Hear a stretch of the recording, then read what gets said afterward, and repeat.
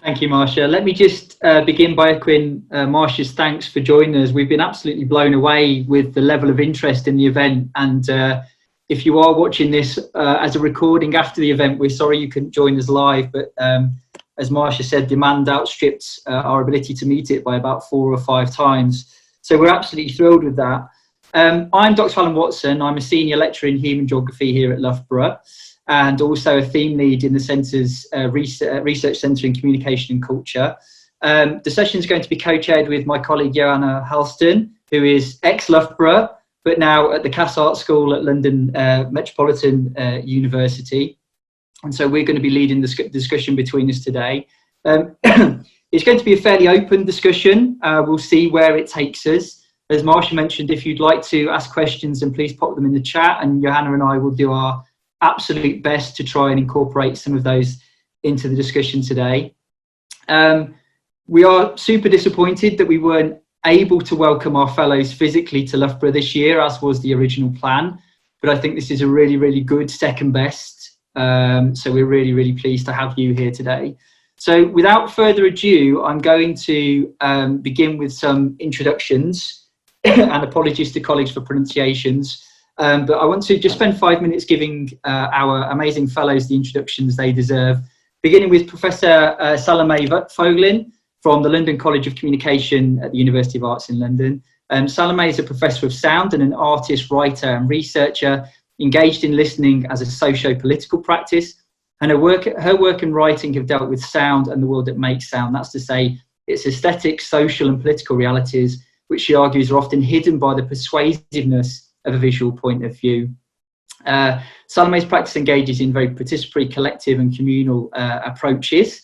And in her latest book, The Political Possibility of Sound, which was published by Bloomsbury in 2018, Salomé articulates a politics that includes creativity and invention and imagines transformation and collaboration as the basis of our living together. So welcome, Salomé. Then we have Professor John Drever of Goldsmiths, University of London, who is a professor of acoustic ecology and sound art, where he co-leads the unit for sound practice research, and he's also Goldsmiths academic lead for the PhD consortium Chase.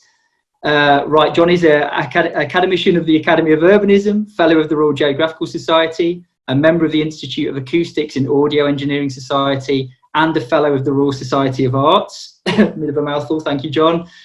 He is also a visiting research fellow at Xi'an University in Japan.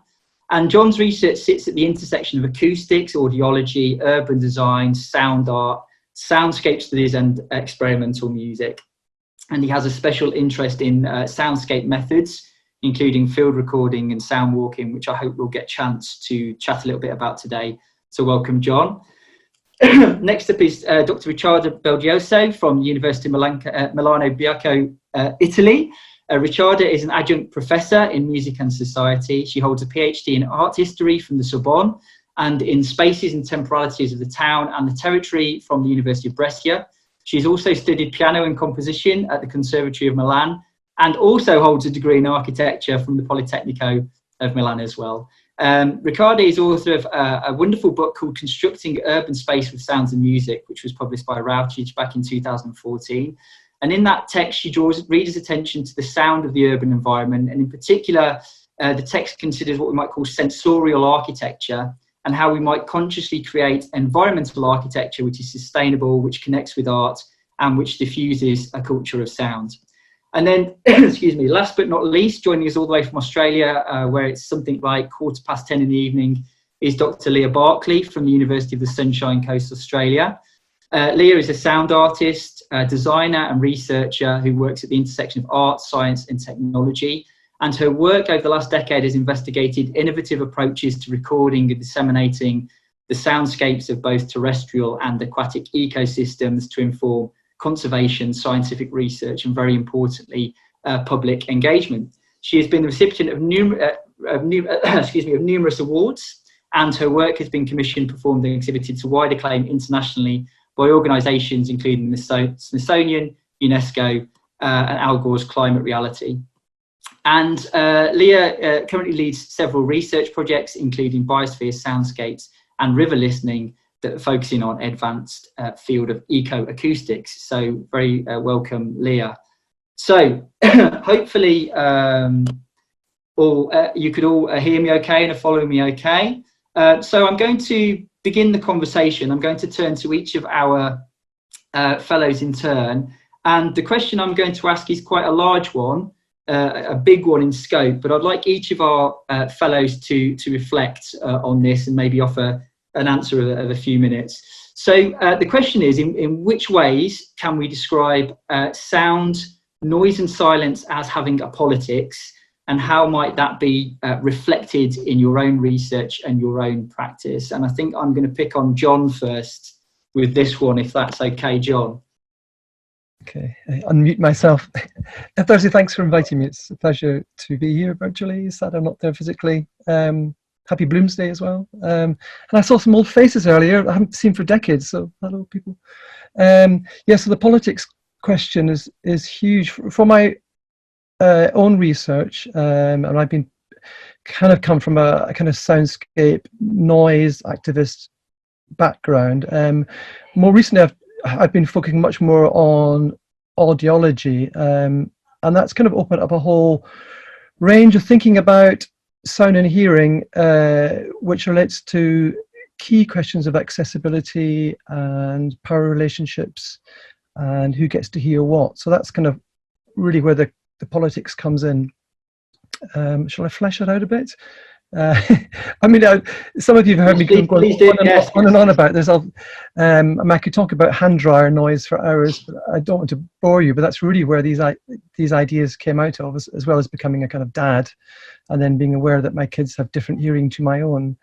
My background was as a kind of composer, studio-based composer, where we were trained to use our hearing as our kind of primary tool, and as if our hearing was kind of perfect and kind of idealized. I mean, it goes back to an old Milton Babbitt idea from the 1950s about this kind of perfect listener to one's kind of compositions, kind of modernist idea of hearing.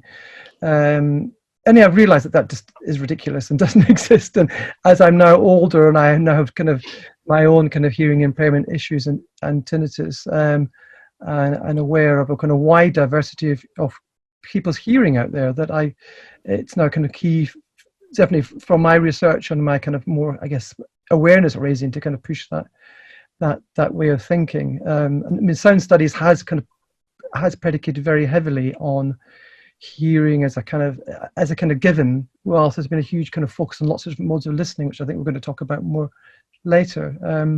Whereas I'm quite key to go back to thinking much more about hearing. And when I talk about hearing, I'm not just talking about hearing impairment, but also about key things like actually people who've got oversensitive hearing, like hyperacusis or phonophobia, where the world as designed by a kind of more orotypical, more kind of normative sense of hearing, the world is just too loud for a lot of these people, which I hadn't heard about. I'd done a degree in music and a master's and PhD, and I was kind of always interested in hearing, but nobody at any time, really made me think about hearing in a much more diverse sense. So that, there's key kind of political issues in that we could take forward. But maybe that's enough to get going with. Fantastic, thank you, John. Yeah, absolutely. We'll pick up on some of those ideas as we go, I think. Salomé, perhaps we could go to you next. Hi, yes, also very happy to be here and discuss listening and sound making and hearing. And maybe from the question, just moving on from John, I think I agree there is a diversity of hearing that has sort of been undertaken care of and paid attention to, is a kind of sense of phenomenal of how we hear as a normative, which we also have in the visual, of course. We very rarely debate the nuances of vision unless you're a child and you sort of ask, well, can you see the same green I see, with wonderment and curiosity that we lose later on when we just believe we do. And I think that work is very political, it's very socio-political and very necessary. But as a pendant to it, to me, there is also to throw into the mix the politics of sound making and listening. So who can make sound, and what sounds can make themselves count, what sounds gain a relevance, gain an intelligibility and a recognition, and therefore can sort of become part of knowledge and can become part of a politics of how we live together. You mentioned the political possibility of sounds. Obviously, my take in the general is that there is, in the kind of invisible realm of sound, a possibility to rethink politics as a institutional, governmental, but also as an everyday way of how we live together. And it's of course your sort of first intro into this as listening as a political issue brings me to our current context, where we live with this largely invisible pandemic. We can't see the virus, and yet we have a government, certainly in the UK, very intent on making certain aspects of this pandemic visible and leaving others invisible. And they're doing that by making silences and making noises around other issues. So they are, not only is, I believe, there a political possibility in the soundscape and in how we think about the world through sound, but there is also a less benign kind of form of manipulation going on through what we are made to hear and made to think as real through sound, and therefore to see. Fantastic. Thank you very much, Salomé. Ricciarda, maybe we could go to you next. Thank you. And of course, thank you for this invitation. For me, it's a great occasion to meet you all. And well, Alan, thank you. Yes, I did start studying all this with the book you were talking about.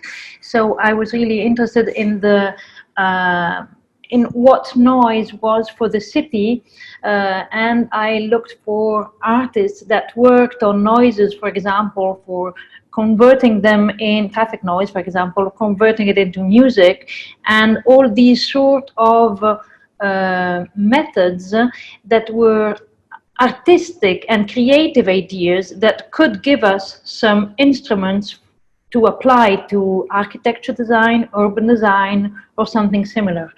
But in these last years, I worked on a project that maybe you don't know, and maybe this is the answer to the politics question. And especially in these last 3 months, we saw this in Milano. I am in Milan now. Milan is one of the most polluted cities in Europe. And so we have a festival over here, and it's a piano festival, and I am the artistic director of this. So it was great fun to bring music out of the theaters and concert halls in the city.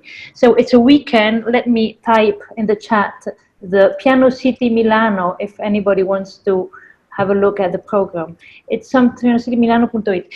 It's something huge, and we have concerts. It's about more than 400 concerts in a weekend all over the city. So in parks, but also in the streets and in private apartments, so everywhere except for theaters and concert halls. So this was a way for a very busy city, such as Milano has been for such a long while, to see how you can convert all the urban system in just a 3-day music event. But it's also a way of living in a very diverse way all these places in the city. So it's a mean for us to revitalize peripheric areas and difficult areas in the city, and to start projects. Music is just an excuse. And so in these last 2 or 3 months, we had a very serious lockdown, and so we did see a very different city. So we had only ambulances here around here and silence. So it was a way for all the city to see the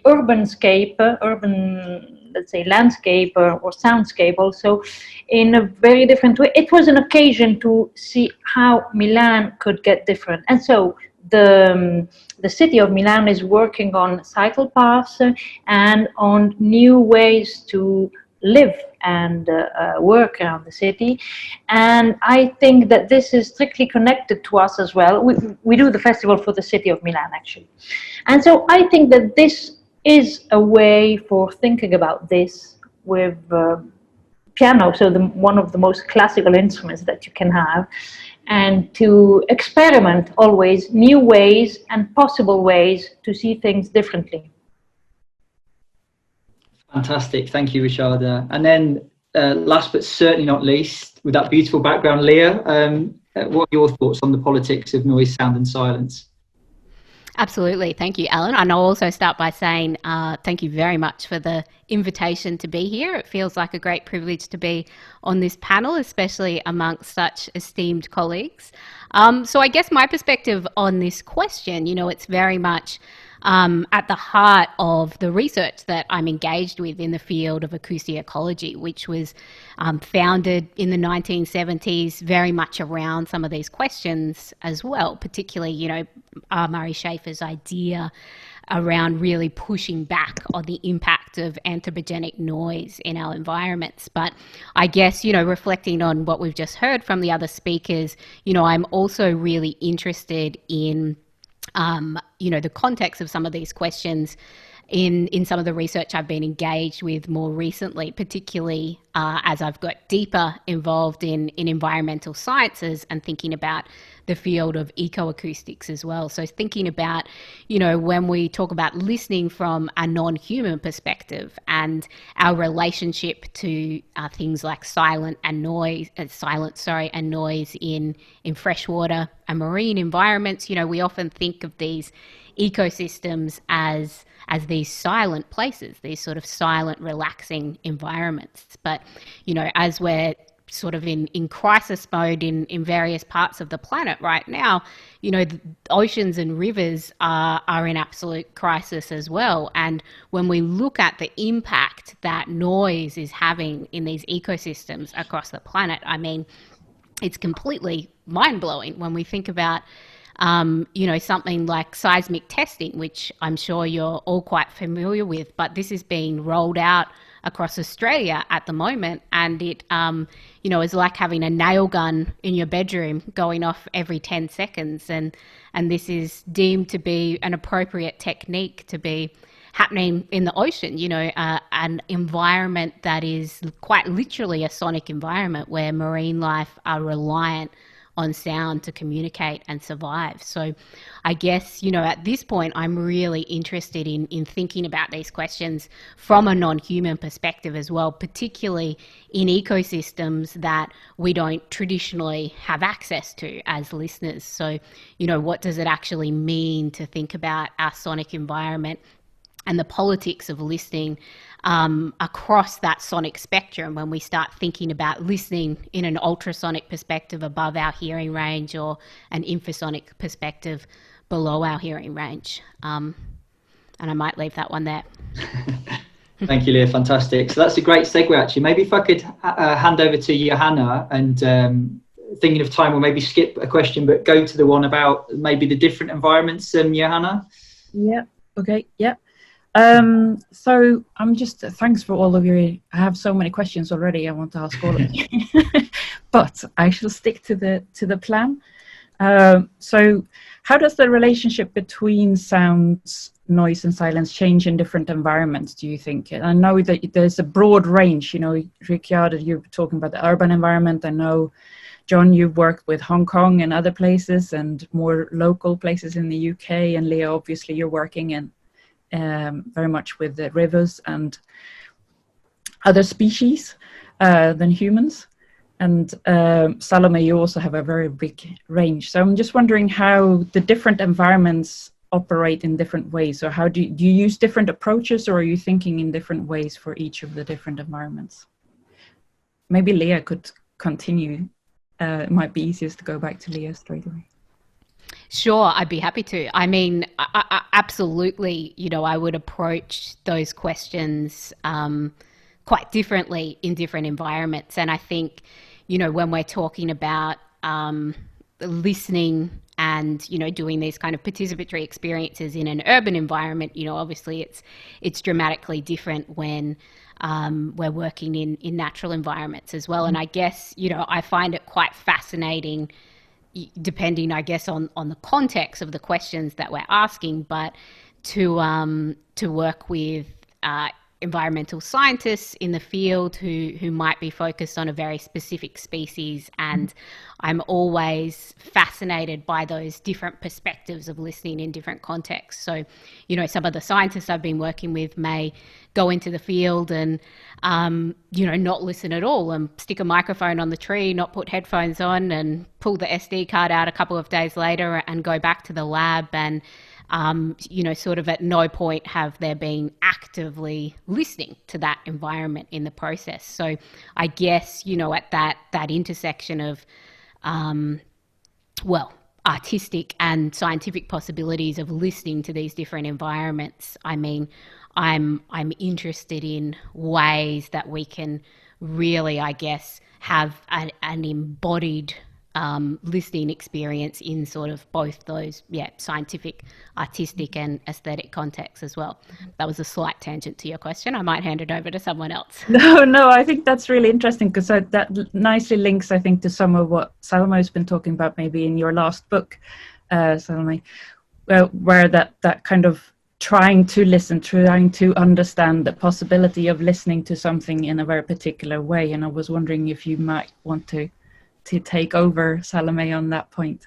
Yes, I'm happy to follow Leah, because I think it's very interesting what you say in regard to, you know, a scientist who might be in the field, might be in the environment and have every chance to listen and to engage bodily and get a real sort of a sonic knowledge from that environment, but in a way refuses or resists, maybe is the better word, resists partly out of habit and partly because sound poses some very difficult challenges. Mm-hmm. And that's maybe where, Johanna, to your question, I want to add this idea that yes, we listen to environments, and different environments sound differently, but the thing we have in common in every environment we are is our body. You know, we bring our body into each of these environments, and I think with that body we bring those resistances, and we bring habits and norms, and what we can recognize, what seems intelligible to us, and therefore what we can listen to. I'm always brought back to these early experiences in my music education when I was told, well, you can only know how a fifth, you know, you can only sing a fifth if you know what it is, and you can only hear a fifth if you know what it is. And I think on a scientific and on a scholarly level as well, I think some sound study scholars also do not listen. We are brought back to grammar, we are brought back to the recognizable, to intelligible, that which fits within our knowledge frame, which is visual in ideology and visual in concepts and visual in philosophy. It's a logocentric thinking with a horizontally expanding language and these reference points. And so I think issues of noise and silence in environments have a lot to do with that body that we have, that is our listening body, and what it expects and what it is used to and what it can recognize and therefore understand, and what it sort of feels it's very it's unintelligible, it's unrecognizable, it's noise. Mm-hmm. So I think that's an interesting, that space does not really, space isn't space, it is the encounter between our bodies and space in sound. It's indivisible, it's not this or that, it is us, it's the encounter itself that creates the sonic time space at that moment of listening, and I think that's why it is so challenging and the resistance so great, but the gain we could have as thinkers, as scholars, as artists is so enormous, to have this interrelational knowledge that we could have if we take on the challenge. Mm-hmm. Yeah, Alan. Yeah, and if I could just, we've had to actually, on that idea of a kind of a body in space and the body's relationship to sound, Salomé, we've just had an interesting question on the chat, which I might be able to bring in, from Miriam Streibel, who asked about the issue of silence and why in some circumstances silence might bring a sense of calmness, and in other circumstances it might bring a sense of kind of danger or fear. Which I thought was quite interesting in terms of what you said, Salomé, about a kind of body being in space and kind of perceiving particular sounds. So would you like me to get back to that? If you could, that would be fantastic. Thank you. Well, I mean, it is exactly that. I suppose also how much you're in control of that silence or that noise, how much it is your silence or your noise, or you've chosen it. So if you've chosen to lie in a, you know, silent, quiet, wonderful beach and just listen to nothing, you might feel extremely relaxed and it is not threatening. But if you are in a very in a house that is presumably quiet, but then you start to hear things and you don't know where they come from. It starts to become very difficult. Or to make it less narrative and more political, yes, if certain things are silenced and not heard, your own voice or that of information you need to make certain decisions, say, bring it back again to the moment of the virus, then that is threatening. That is very scary. To have a lack of information or a lack of understanding, then silence is not relaxing anymore, but it's a silencing or something that is silenced. And I think it is very, it is even the vocabulary itself is challenging and contingent as much as the encounter. And it doesn't mean, and thankfully it doesn't, but it doesn't mean anything, noise or silence. It is entirely contingent and in that moment, and always throws us back onto ourselves as living in a sort of codependent sphere and cosmos with human and non-human things and with benign and malign forces. Yeah, John, I was just going to say, maybe you want to add to this. Yeah, well, I the other year I got roped into being involved with the release of the DVD of A Quiet Place by John Krasinski. I don't want to spoil the film for you, but the premise is that it's a horror film, and there's these aliens that have invaded, and these aliens have got really sensitive hearing, and they really like to eat human beings. So it's an amazing film about listening and hearing and sound etiquette. Very interesting. The young woman in the film is playing a deaf person, and they are a deaf actress. So that's interesting. But with the launch of this DVD, what happened was that the company decided to get journalists to come into an anechoic chamber and sit in complete silence for 10 minutes, and then play the opening sequence of this terrifying film. Just a terrible idea, unethical, wasn't my idea. And then when they came out, they chatted with me about their experience. And of course, all the cliches come up about being in a complete dark anechoic chamber, but then having this tremendously terrifying scene of when this little kid gets eaten by an alien. Unfortunately, I haven't spoiled it for you yet. Anyway, but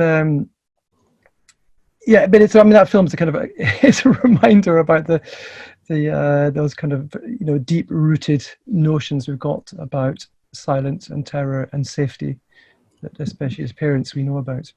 Mm-hmm. But I think there is also something really interesting in terms of like what you're saying, Salomé and John and Leah. In terms of how we can only start from ourselves, our body as hearing and listening to something, and that's the space we enter into. We're always just referring to that.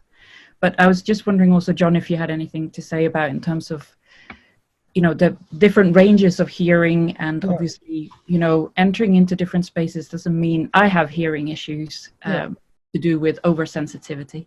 Yeah. So I've been working. Oh, sorry, Karen.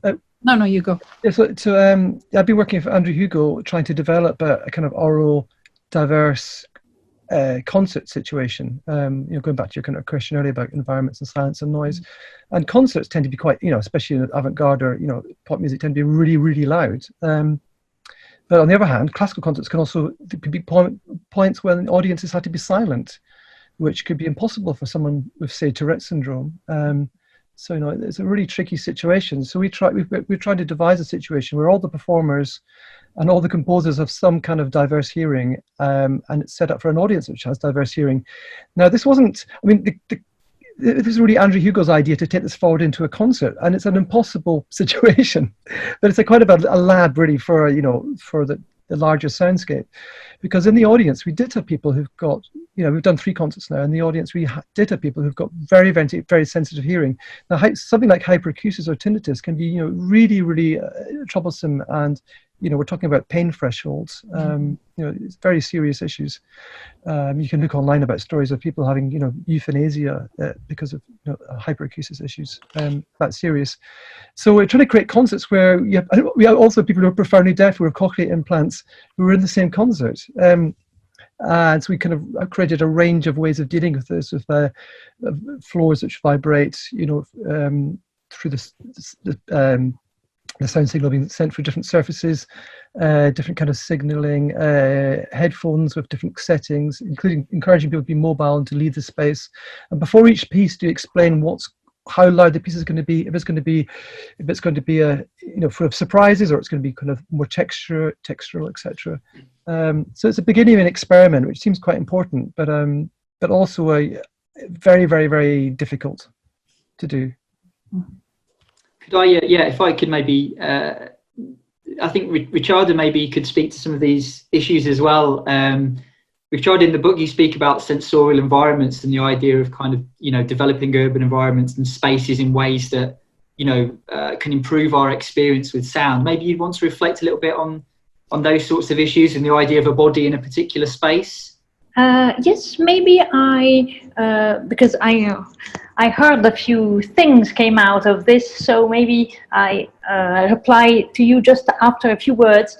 Well, listen is the anagram of silent. So to listen, you should be silent. But this is like, you know, the Zen story when a man is going to the monk and to listen for a response, and the monk is continuing to pour the tea, and until the cup is continuing to pouring out the water. And so the man says, but what are you doing? Well, this is like your brain. So you are never going to listen anything because it's just too many things inside. So you must just stop with all the things you have now, and then you will be able to listen. So I was thinking back to the festivals. I talked about Piano City because I know it very well, but in the same way, there are some important festivals that are looking for silent places out of concert halls. And for example, in Italy, we have something in the Dolomiti, up in the mountains. So looking for one of the most silent places in the natural landscape. And in the same way, there have been some experiments in the desert. So, you know, the maximum of the flat silence and the maximum of the vertical silence. So desert and on the top of the mountains. The one in the Dolomiti is very nice. If you happen to come here, it's Mario Brunello, the famous cellist that started it, and well, it's a great thing. So you must walk up over 3,000 meters high, and then you can finally discover the concert in such a silent and open space. And so everything changes, also the sensorial part of the concert. So it's something very, very different. And another thing that came out was about the film, with how you can use silence in film. So maybe also, well, I remember Charlie Chaplin, that it was so hard for him to accept to introduce sound in his films. And so at last, after 10 years that all the cinema was now already using sounds, and he didn't want to introduce them in his film because the best for him was to keep the old style of the cinema, no? And so finally, when he finally uses the real speech in his films, it's because of the speech in the Great Dictator part. Now, so this is the first time. So it's a very, very strong issue in this evolving of sound in the history of cinema. And the last thing is, Kurt Vonnegut said that the real silence, so you know, when it's always about cinema, but horror films or maybe very scary films, the real silence is when you hear behind you something pointing a gun. So this is also to reply to the chat question. So when silence can be very scary, and yes, of course, it's also a way of confronting ourselves with what is inside, or not only outside sound. And so maybe this was quite a complex reply, but I needed to talk about a few things necessarily. No, thank you very much. That's fantastic. Maybe we could segue to John then. We're kind of touching on issues of listening. John, I'm interested in how you use the term hearing a lot. And if somebody not particularly for close to the terminology, how do you see the difference between hearing and listening? Are they two different things or related in some way? Quite straightforwardly for the research I've been doing recently, I refer to books on kind of audiology and psychology for the definition of hearing, which is a sense that we have, often you see definitions of hearing being something like, passive listening, etc. But I can't quite differentiate between listening is not a kind of, hearing is not a kind of listening. Hearing is simply the sense that you have for perception of sound. Is that straightforward? And that's absolutely. Literally that audiology deals with. So that's how I deal with it. Yeah. Sure. So when we talk about listening, then can we talk about different kind of registers of listening, almost somewhere between kind of an active listening and a passive listening, and then maybe a kind of a tuning out of sounds? I guess my criticism of that, because there's many academics have kind of created different terms for different kinds of listening. Barytrax is, listening in readiness and listening in search are really useful terms, when talking about soundscapes. But I always find that it's coming from a kind of oral diverse perspective. It's almost as you can choose what kind of listening you're doing, and in reality that's not, as if it's this kind of selective thing. And from a kind of more diverse hearing perspective, that's not, it seems a bit too free, especially when you're talking to people with kind of extreme hearing loss or hyperacusis. So I'm slightly evading your question, because there's multiple definitions and the expert listener, etc. of listening. But I'm a bit wary of the kind of how it's often talked about. Is there's all these different styles of listening, and now we do reduced listening and etc. When I find that is a bit too, it doesn't quite fit into how I'm thinking about sound and hearing. Great, thank you. Does anybody else have any thoughts on those issues of listening? If you don't mind me coming in, because I think it ties up something very interestingly, John, what you said in Ricciarda, what you said in relation to silence and listening, because I completely understand the kind of convention and idea of silence in order to listen, and the kind of meditative and the beneficial of that. But I also feel there is something very malign in that, which is, the kind of pedagogy of you must be quiet, you must be, so you can listen to me. And that is very troublesome and very, very difficult to me. That is how we're brought up. The listening we learn in school, and I think, John, what you talked about is also for me a notion of entrainment and a notion of practice, and how we learn what listening is, what status it has, and what we can do with it or not. And I feel when we learn in school, when we have, particularly primary, even maybe secondary school, anything to do with listening, it is either musical listening or it is listening to the right voice who's telling us the right thing to do. And I actually like that we don't need silence to listening. We can be very noisy and listen at the same time, so that our own voices, our own noise making is part of the soundscape we're listening to, which I think is particularly for sort of political diversity extremely important. Because if those voices on the margin have to constantly be quiet in order to listen to the centered voices, we're just not going to change the soundscape at all. There is not going to be any shift in the sort of paternal lineage of what counts as a worthwhile sound to listen to, and neither is there going to be any shift in what listening as a practice can mean. And I agree with you, John, that when I go through my everyday business, I do not tune like, oh, now I'm doing reduced listening, now I'm doing attentive listening, now I'm doing activist listening. But on that same issue of how do we learn to listen at school, which then entrains us for our whole life, we should, I suppose, develop a listening practice, or we could at least, let's say we could and train at school in our daily lives a listening practice that gives us an ability to change and appreciate that if I listen differently, if I listen for what I know, I will hear something else than if I just listen, or what is just listening. That listening, like you say, it's physiologically not a norm, but it's also ideologically not a norm. It's a cultural construct. Listening is a cultural construct, and I think we might need to appreciate its orientation and disorientate it and start to practice it differently. And that means we have to maybe take a bit of a handle on it to practice it, to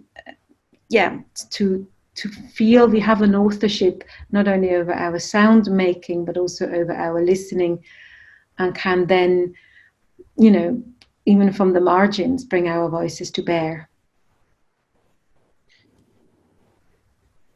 Thank you, Salomé. That's really interesting. We have there's a question in the chat actually, which is about whether anybody has done any research on the listening being very personal and kind of bound up in our own kind of personal history and our experiences. Is there any research there that you're aware of? I'd have to have a think, and I'm sure there is, but I think absolutely it is this time we're in as humans that we are always already cultural and ideological, that actually our personal position is an orientated position, as Sarah Ahmed would say. She doesn't talk about listening in the specific, but she talks about it very interestingly in relation to every other way that we're orientated in the world, and listening is a sense of orientation in the world. And that orientation is, as she suggests, inherited. And that is interesting. And what do we do as an inheritance? You know, sometimes we don't want it, but we need to first gain the appreciation that we can, that it is not a norm, but something that we're brought up with, in order to then experiment, practice, work as artists and as scholars and as human beings on how else we could engage in that listening, so we can see a different world and we can act in a different world. But I'm sure there is research. There must be. I mean, it just probably doesn't come to mind because I'm looking at so many squares and feeling. There's quite a few, you know, personal accounts like John Howell's, what was originally called Touching Rock, now called Notes on Blindness, about, you know, as his hearing changed as he steadily became blind, for example, or Proust or Virginia Woolf. I mean, they're very individual people whose hearing impinges on how they write about life, I guess. Great, thank you. So I have one more question, and then I promise to hand over to Johanna, so I'm not taking all of this. Just with what Salomé has just said, I just wonder if we could go to Leah, because I'm really interested in some of those issues as they might pertain to us listening to our natural environment. Then Leah, maybe if you've got some thoughts on that. Sure, absolutely. I was enjoying listening so much that I momentarily forgot I was meant to be speaking as well. Yeah, look, absolutely. And I mean, I guess, you know, I totally agree with what was being said before, particularly around, I guess, the challenges of being able to switch on and off those different perspectives on listening. And, you know, I've been very privileged to facilitate lots of different kind of field recording workshops and deep listening workshops. And it is often, you know, it's really challenging to have a group of people coming from all different places to be able to, you know, really suddenly be able to say, well, okay, we're doing reduced listening now. I mean, it certainly just doesn't work. But I think, you know, I'm always fascinated in the context of a field recording workshop. I always make a point, especially if it's a residency or something like that, of having at least a couple of days, if we can, with no equipment in the field, because I find that, you know, with a group of field recorders who are excited to get out into a new ecosystem, recording rivers, recording whales, it's always fascinating when, you know, someone puts the hydrophones in the water and says, oh, well, you know, there's nothing here. It's silent. I can't hear anything. And it's kind of like, well, if you are really starting to use some of those deep listening methods and those embodied listening techniques, you know, suddenly there's this entire world of sound, you know, the bubbling in the mud and, you know, tiny microcrustaceans. So this idea that, you know, once we put headphones on in the context of field recording an environment and amplify these ecosystems, that without those techniques and without that practice of embodied listening in the environment, you know, we don't really have the capacity to capture those environment, well, I believe, in a very authentic way. So I always find that process really fascinating, and how I guess how you're actually able to then you know, really reveal how different people are listening in these environments based on how they're approaching that field recording perspective. You know, when it's very sophisticated equipment and someone's, you know, marched off into the middle of the rainforest to capture a beautiful soundscape with $20,000 worth of gear, you know, versus someone who's used a $2 contact microphone on a power line to capture the sound of ants walking over it. And because of that embodied deep listening that was sort of felt like it's ingrained in their recording, that field recording is this compelling and rich listening experience. Whereas, the parallel recording I mentioned doesn't carry that same sense of embodied listening within it. But that's perhaps not quite where you were going with the environmental context, but just something I was reflecting on listening to the conversations as well. No, that's fantastic. Thank you. I'm going to hand over to Johanna, but our PVCT, Steve Rothberg, has given us a perfect segue with his question into the final section, which was going to be around kind of COVID and 19 and the lockdown. So I'll hand over to Johanna for maybe the last 5 minutes or so. Yeah, thank you. Yes, Steve, thanks. This is just what we were going to try and end on, really. Really fascinating.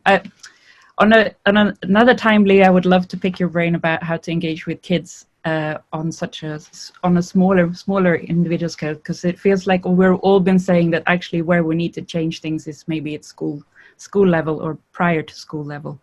I feel very acutely so with having a small child.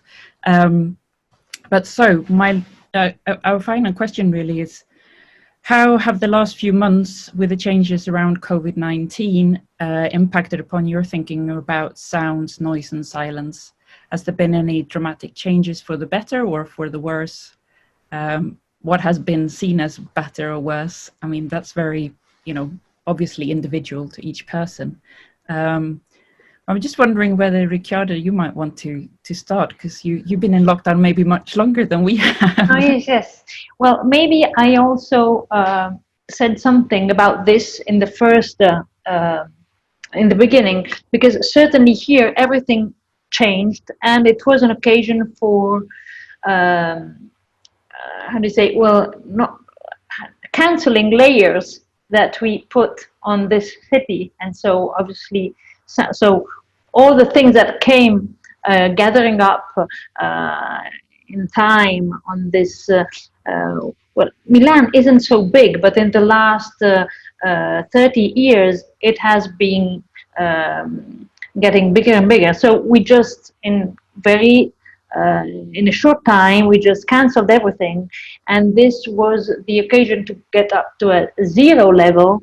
And now we can think how to rebuild things. So certainly we did perceive a very big difference. And I think that the city is reacting in a sort of intelligent way, let's hope, just to understand how to restart all this or just part of this. But let me just say a word about the silent and listening chapter we just closed, to just suggest how silence can be different in music if you think of different composers. So listening is different, certainly, as we were saying, because of our lives, of our backgrounds, but also silence is very different. If you hear a Beethoven sonata, it's a structural silence. If it's a Debussy music, silence is something very different. If it's Schubert, it's something really expressive. It's like another note. It's like, something. And obviously in Cage, it's something even different. It's the click that maybe brought us also to soundscape and to just learn to listen to everything that all we have around us. And so I just wanted to say this in a very short time, so we can go on. Yeah. I'm just curious also in terms of because I live in London and in East London, which is usually very noisy and has a clear rhythm to it in terms of its noise. It's been a massive kind of change, but I've been missing some of that noise, even though I've got quite sensitive hearing. I've been missing some of that. So I don't know, it's been interesting to hear. I don't think that necessarily everything has been positive about the reduction. Obviously, it's been great for animal life and so on. And that's been lovely. But I'm wondering about the notion of sense of being somewhere and whether that's affected by this kind of change. And I've been feeling out of sorts, and I think it's the sound that's really been making me feel out of sorts rather than the anxiety about the virus, actually. So I don't know, John, Salomé, Leo, who yeah, maybe because I live in West London, so just on the very other side, normally under the flight path. So it is in one way very nicely quieter. You know, you really notice obviously that there is a huge difference. There are more helicopters, but there are far less planes. But it is interesting you say, you know, there's a sort of, you didn't say it's an enjoyment, but that has, that the silence is actually more what maybe throws your rhythm. But I think it is also because the silence, it has a cause that throws my rhythm. So there's this kind of, it's not just because they've decided flying is a bad thing and we should just demolish Heathrow Airport and all go by train and have a fantastic sleeper train system all around Europe. That's not what's happened. Then I would probably really enjoy the silence. It is a sign of something looming greater in the silence, which is an economic collapse and disaster that will impact on many, many individuals' lives. And probably indirectly on all of us one way or another. And it is a sign that, yes, this virus that we can't see is there. So instead of seeing big and noisy airplanes, I now see invisible viruses, you know, sort of, that determine what I can and cannot do. And I really do try to enjoy the quiet and the smaller rhythms around the flat but I'm not succeeding very well, I have to say, but I think that is also because I can then hear the sort of looming politics, to, you know, maybe to go back to the beginning. There is in the silence of the soundscape an absence in political decision making that comes through. The mistakes the failures make, the silences on part of government, the not making the right noises and therefore right actions early on, that has caused this very prolonged silence. So what is interesting to me is what I very much perceive the sonic world as an actual and as a conceptual cosmos that really highlights the codependency, that nothing exists on its own, that everything is relational and everything is interdependent. And so my silence now relates conceptually, politically, environmentally to so many other things. And I think that feels very heavy.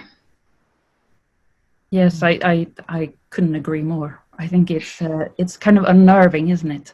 So instead of it being an enjoyable, you know, how many species of birds can I pick out, which I try and do, but it's also this kind of unnerving sort of sense of something. Soon there will be a bang, or soon there will be something occurring, and that kind of noise. And I guess the protests have some sort of, you know, all of that has kind of added to that. Mm.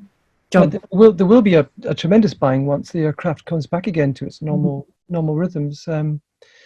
There's acousticians talk about they have a kind of metrics on annoyance, which they kind of work out through social surveys. And over the last couple of years, the survey gets renewed every so often, and the survey has shown in the UK that in fact, objectively, aircraft noise has got quieter, but our perception of annoyance has got higher. Interestingly, I mean, there's maybe lots of factors there.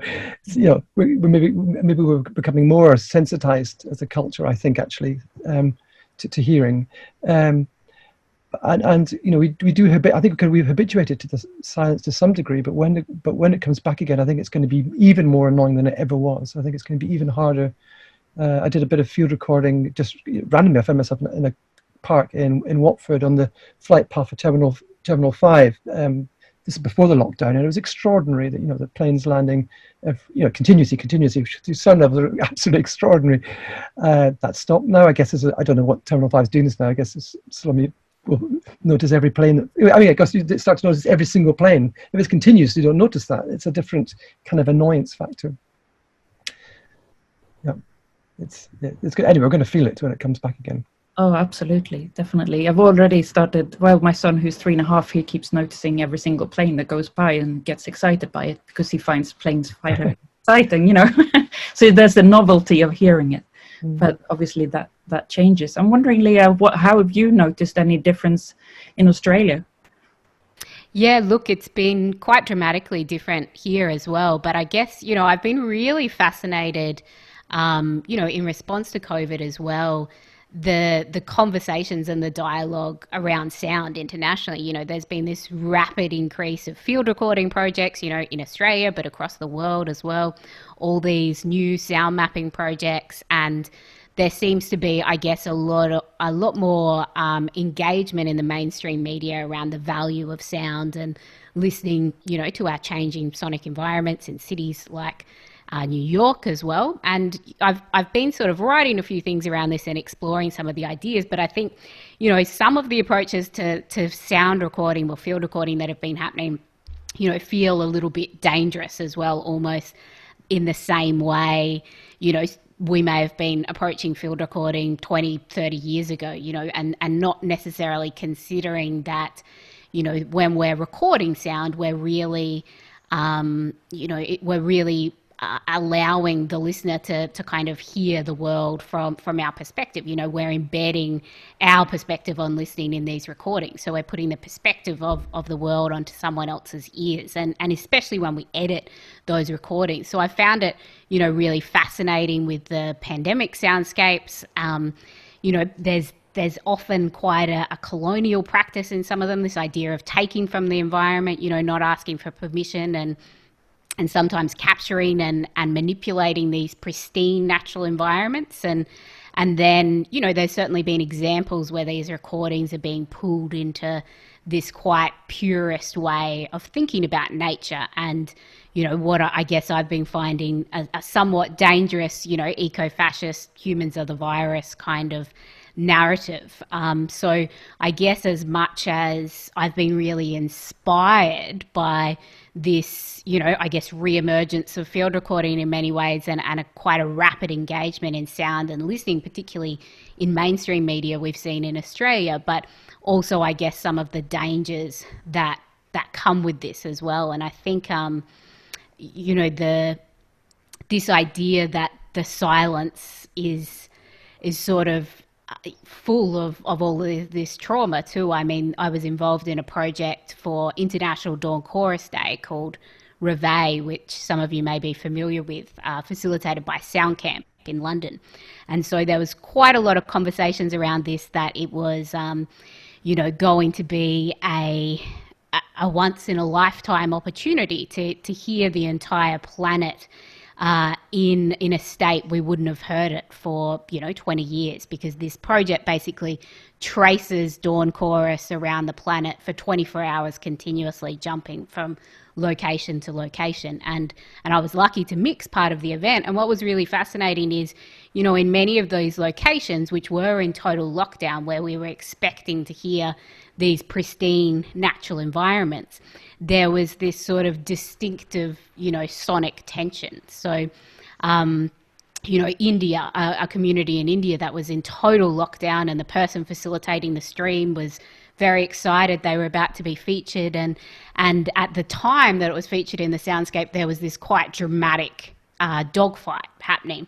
Or the stream in a really remote part of Moscow, where there was a house that was on fire, just nearby, and you could hear this sort of sonic tension across the entire planet, which I found, really fascinating, particularly when there was this conversation around it being this opportunity to hear environments in their natural form. We have had a question about how art, or different kinds of role of art within all of this. How do you feel like we could take, we're all practicing in some way, shape or form. And I'm just wondering how we can kind of use our situation and our knowledge as artists in different ways, or practitioners in the wider sense, to inform, to test, to break, to whatever, these ideas. John, do you have anything you want to say? Well, I could say what I've been doing with hand dryers. Just we talk about hand dryers, and I've been working it for more than a decade now. But I've more recently tried to find how we can do oral, diverse kind of composition of hand dryers. It comes out of a real serious acoustic study of the noise impact of hand dryers in public toilets. And the latest way I've done it, I've made it much more participatory now, and in a way of kind of hearing other people's hearing. So what I've been doing is I've got about 15 different models of hand dryers that I've analysed and recorded in an anechoic chamber. And I do a kind of workshop leading up to the performance. So all the performers, and so far the performers are tending to have all different kinds of hearing impairment. They listen to all the recordings in a way that's not too loud for them, and they mimic the sounds of their voices as best they can. And so I go for each hand dryer. So we build up this kind of database, and then I swap those recordings of other people in the group. And then in the performance, they're listening back and also what I call phonating live the sounds of the hand dryers in the space. So I'm now kind of composing of hand dryers, but in the performances, you don't hear any hand dryers. You're hearing a kind of phonation, a kind of hearing and reproduction of other people's hearing into the space. And it seems to be one way of kind of, working it out, kind of to hear what, you're kind of hearing the instruments of the hearing mechanism, but also the voice and that loop process back into the space among the group. And so that's something I've been trying out, which has been seemed to be worthwhile.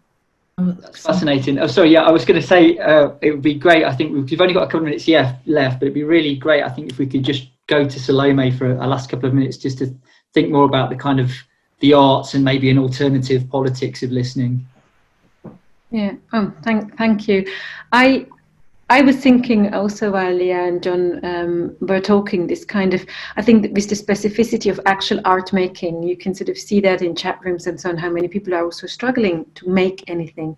But I think what is happening is a thinking and a conceptualizing and a kind of a different sensibility that will certainly, even if it's later, be brought into art and into art discourse and into what we can do. But I think this sort of different sensorial experience we have of our sort of habitual environments, I hope can come in via sound into what is a socio-political sound thinking and a sonic sensibility. This realization, I mean, the virus and COVID-19 really shows us that we live in a codependent world. We might via Brexit deny it and say, no, we can build a wall, we're not related to anybody. But the virus really shows us, no, the virus doesn't care about national borders, it doesn't care about anywhere. It is a cultural as well as a scientific a pathogen that is a cultural pathogen. It has to do with how we live together, how we function, how we are as cultural being. It really shows how culture and science are actually one thing. And I think sound can be an extremely important tool, I hope so at least, or a thinking tool, if not a doing tool, to maybe sustain that a little bit, that awareness, that consciousness that we live in a codependent, correlational world, and that the only way we can really solve these problems, the pandemic now is the so-called new normal, and to live with it is if we acknowledge this correlationality and our living within it, so that we are just one element within a greater correlational scheme. And I think that could be one of the, for me, most useful awarenesses to come out of this artistically and philosophically and scientifically. I think that's a super place to end. It would be fantastic. I'm sure we could talk for another hour, if not two, about these issues. So on behalf of me and Johanna, just to say huge thank you to Ricciarda, John, Leah, Salomé for joining us. We're sorry that you couldn't join us physically, but this has been absolutely fantastic. I'll hand over to our director, Marcia, to say a last few words. Yeah. I don't want to interrupt really the kind of flow of this, so I just want to leave it with some of those thoughts in a sense, but I want to say thank you to everybody. I want to say thank you very, very much to Johanna and to Alan, who worked very hard to think about a format that would enable people, even though we are virtual and we are miles away from each other, to recognize some of these discussions and some of this more sensitive and attentive listening and that we have done. And I, for one anyway, thoroughly and completely enjoyed this, and I really hope that everybody had a fantastic event and a webinar. It is recorded so that people can listen a bit more to it. And thank you all for participating and bringing such incredibly interesting perspectives to this. I do hope we actually do take something away with it in a much longer term sense. So thank you very, very much. And I kind of offer you my clapping. Thank you. Thank you. Marsha, if I could just quickly add before everyone goes that we are having also online interviews with each of our fellows, short interviews, which are going to be hosted up on the IAS website. So you can find out a little bit more about our fellows and their research through those short interviews. Thanks. Thank you very much, everybody, for joining us. It's been an absolute pleasure. Take care. Stay safe wherever you are.